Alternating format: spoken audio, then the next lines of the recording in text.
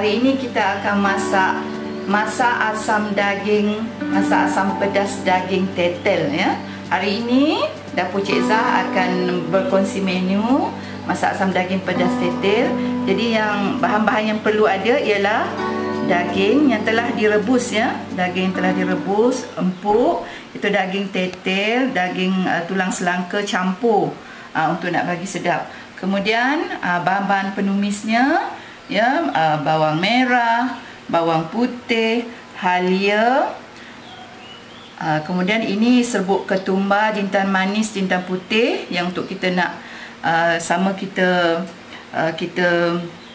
kita tumis, dan kita akan tambah juga dengan ini kunyit ya, serbuk kunyit untuk nak bagi warna kuning. Kemudian untuk bahan yang akan kita kisar asing ya, iaitu bawang besar lebih kurang dalam 2 biji, halia lebih kurang dalam 2 inci ataupun 3 inci, kemudian belacan lebih kurang dalam 2 sudu setengah, dan bawang putih lebih kurang dalam 10 ulas. Kemudian ini ialah cili giling, cili kering yang telah kita mesen. Nanti kita akan campurkan semua bahan. Kemudian yang ini ialah lengkuas. Lengkuas ini adalah hanyalah untuk kita ketuk-ketuk saja. Lengkuas dengan serai akan kita ketuk-ketuk saja, kita campurkan dalam kita punya masak asam pedas daging. Kemudian ini daun limau. Kemudian ini ialah bunga kantan dan juga daun kesum ya.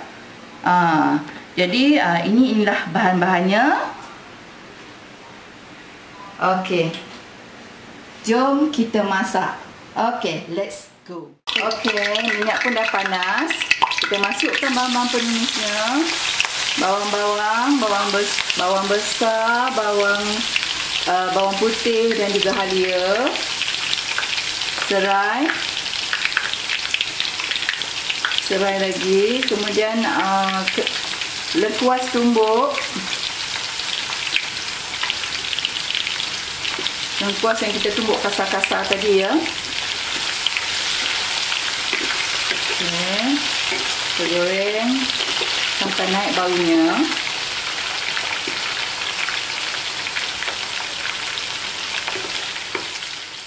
Okey, sekarang kita masukkan jintan manis ya, dan ketumbar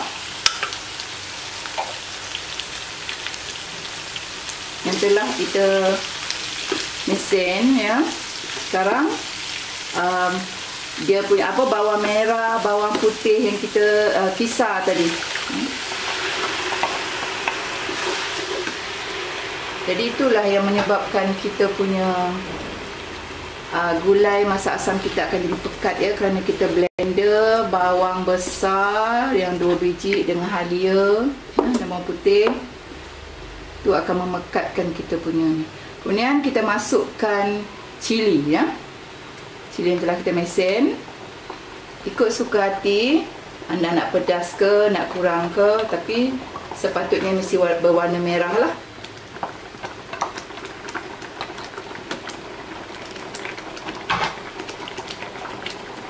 Kita kacau.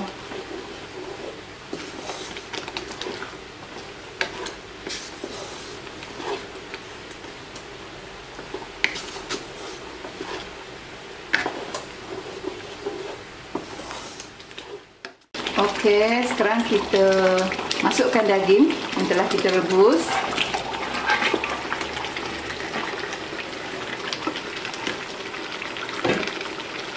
Kacau.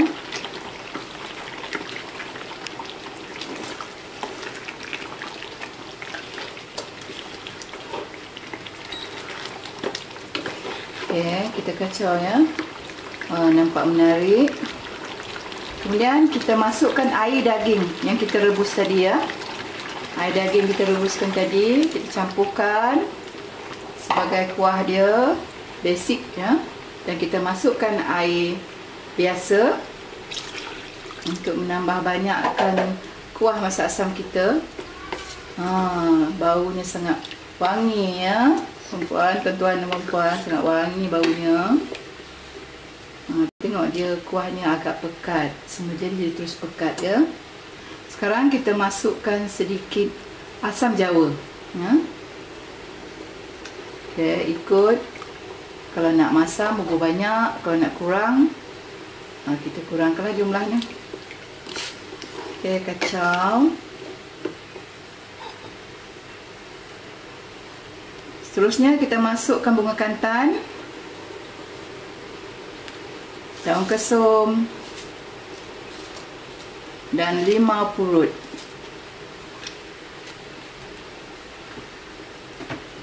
Okey, kacau. Mudah saja ya. Tak ada payah ya, nak cari satu Malaysia nak cari. Hanya daripada dapur kita. Jadi bolehlah anda kongsikan ya, kalau suka resipi ni. Jangan lupa ya subscribe, share dekat kawan-kawan dan komen ya.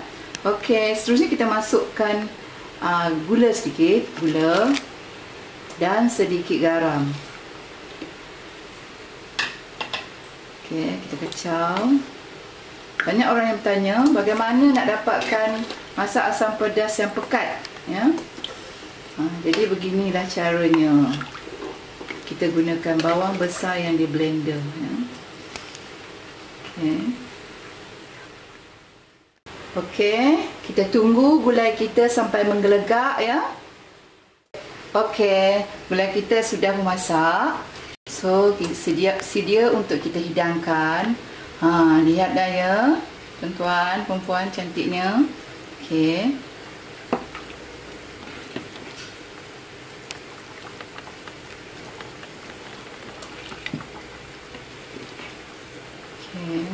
Kita masuk lagi. Cantik ke tidak? Cantik kan gulai kita?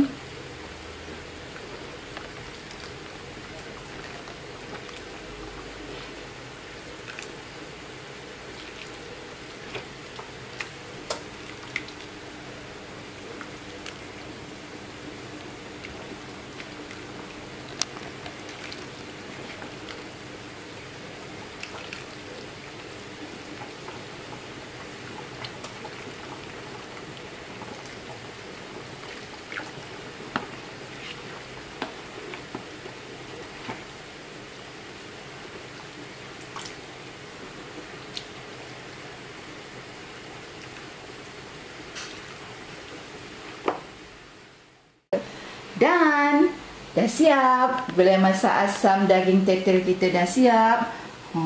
Lihatlah ya, marvelous cantiknya ya. Jadi kalau kita makan dengan nasi panas, campur ulam sikit, terangkat ya.